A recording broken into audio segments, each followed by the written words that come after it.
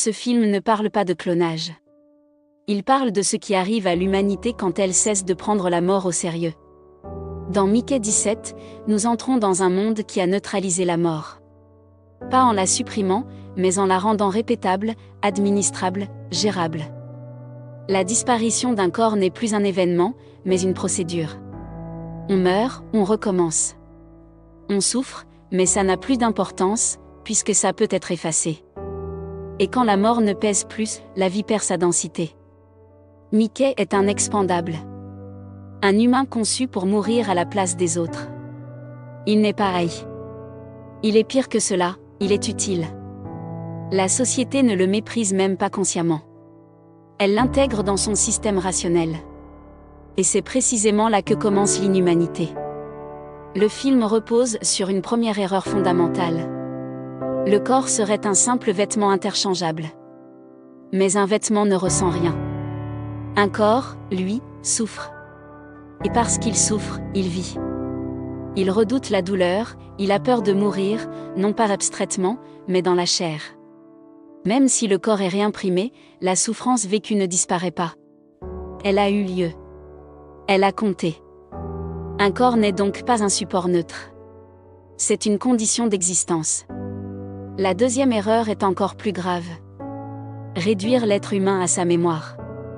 Dans ce monde, si les souvenirs sont conservés, alors la personne serait conservée.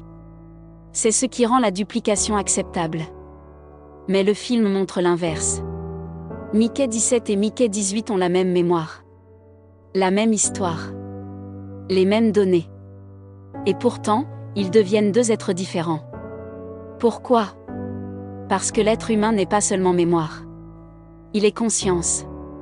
La mémoire enregistre le passé. La conscience répond au présent. Elle choisit. Elle refuse. Elle interprète. La mémoire peut être copiée. La conscience, elle, ne se copie pas. Elle s'actualise, ici et maintenant, dans la relation et dans l'épreuve. Les numéros 17 et 18 ne sont pas anodins. Ils remplacent le nom. Et avec le nom disparaissent la filiation, l'histoire, l'inscription dans une lignée. Le numéro est l'antinom. Le prénom, Mickey, simple, presque enfantin, est le minimum d'humanité laissé par le système. Mais le nom de famille, porteur d'origine et de continuité, est effacé. Et c'est pourquoi le fait que Mickey retrouve son nom de famille à la fin du film est capital. Ce n'est pas un détail narratif. C'est une réinscription dans l'humanité. Le film ne montre pas un humain et un monstre. Il montre deux retours différents à l'humanité. Mickey 17 retrouve son humanité par le regard de l'autre. Par l'amour. Par la reconnaissance de sa vulnérabilité. Il retrouve le désir de vivre. Sa peur de mourir revient. Et avec elle, la valeur de la vie.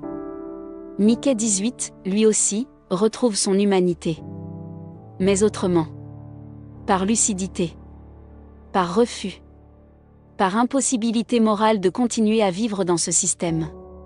Son humanité le conduit non pas à aimer la vie, mais à refuser une vie indigne. Son sacrifice n'est ni héroïque ni glorieux. Il est tragique. Le film ne tranche pas entre eux. Il montre que l'humanité peut mener à des choix opposés.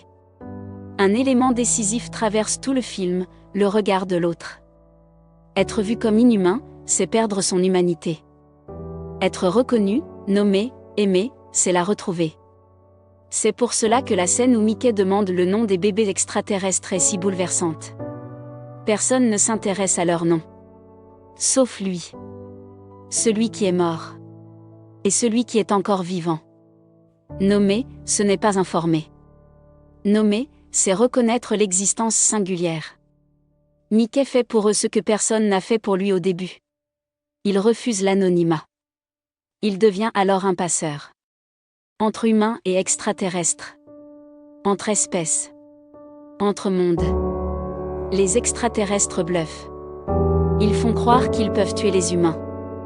Non par cruauté, mais par survie. Quand une relation est fondée sur la peur, la vérité devient dangereuse. Alors le mensonge devient nécessaire. La menace devient un langage. Ce n'est qu'une fois la confiance rétablie qu'ils peuvent avouer qu'ils ne pouvaient pas tuer les humains. Et cela ne pose plus de problème, parce que la relation n'est plus fondée sur l'anéantissement. C'est une leçon dure, mais lucide. Là où l'humanité est absente, la vérité est impossible.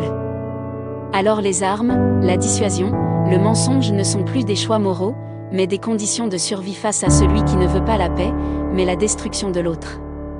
Mickey 17 ne condamne pas la technologie.